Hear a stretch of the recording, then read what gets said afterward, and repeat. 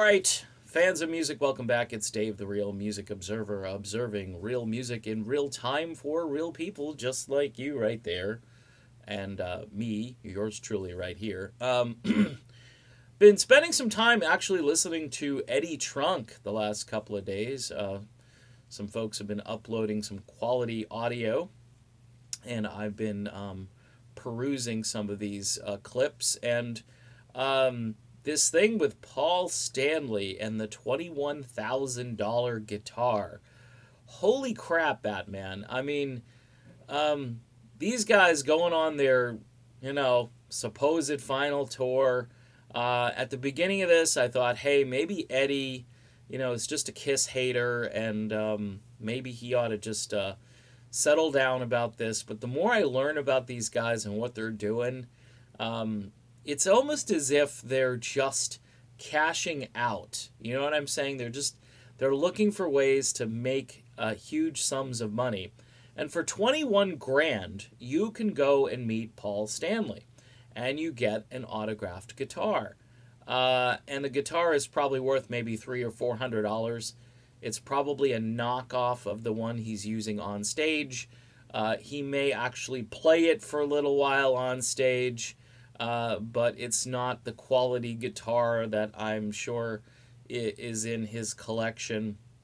And what do you get for 21 grand? Well, you get the guitar signed, you get a photo with Paul, and I think that's all you get. Look, folks, end of the road doesn't mean, end of your wallet. This whole industry has changed a lot because it's become celebrity driven. Paul Stanley is a celebrity. He's not a musician, okay? He is a musician, but he's more of a celebrity now. Gene Simmons, Paul Stanley, those guys, bigger than life as far as what they represent. But for real music fans who really dug Kiss music, especially back in the 70s and 80s, you think to yourself, well, this isn't about really that anymore. Rumor has it, and it's not just a rumor.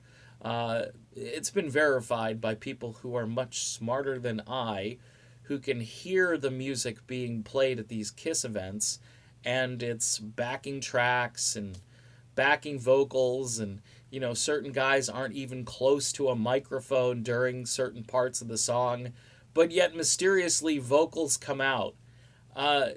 Do these guys, I think they know. I honestly think they know this is happening, that people can kind of see this, and they're doing it anyway because they know people don't care. And that's bizarre. See, when you get to that point, you're not really a music fan anymore.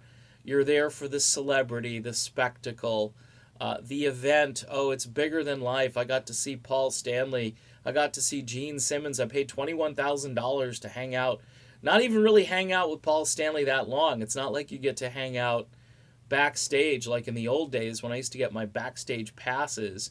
When I had the radio cred, it was like you hung with the band, and you got to talk, and you got to just like chill, and you got to talk to these guys like they were regular people, and a lot of times they behave that way. Now, I don't know what's going on. I just think things have gotten to an excess in so many different parts of life these days, and this is just one of those moments where you think to yourself, man, I'd rather go to see the blues band play a show down the road from me at the world famous Buckingham Blues Bar, because at least I know I'm getting authenticity. I'm getting somebody who is working at their craft and who is, at one with that guitar and isn't going to be more concerned about selling it to me for 21 grand at the end of the show.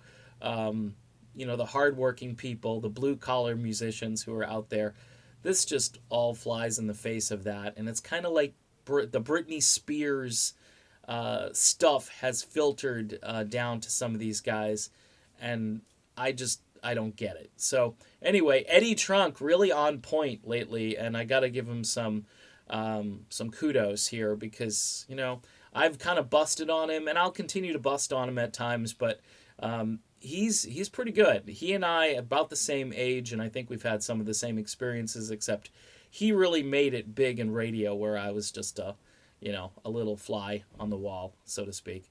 All right, done. See you soon.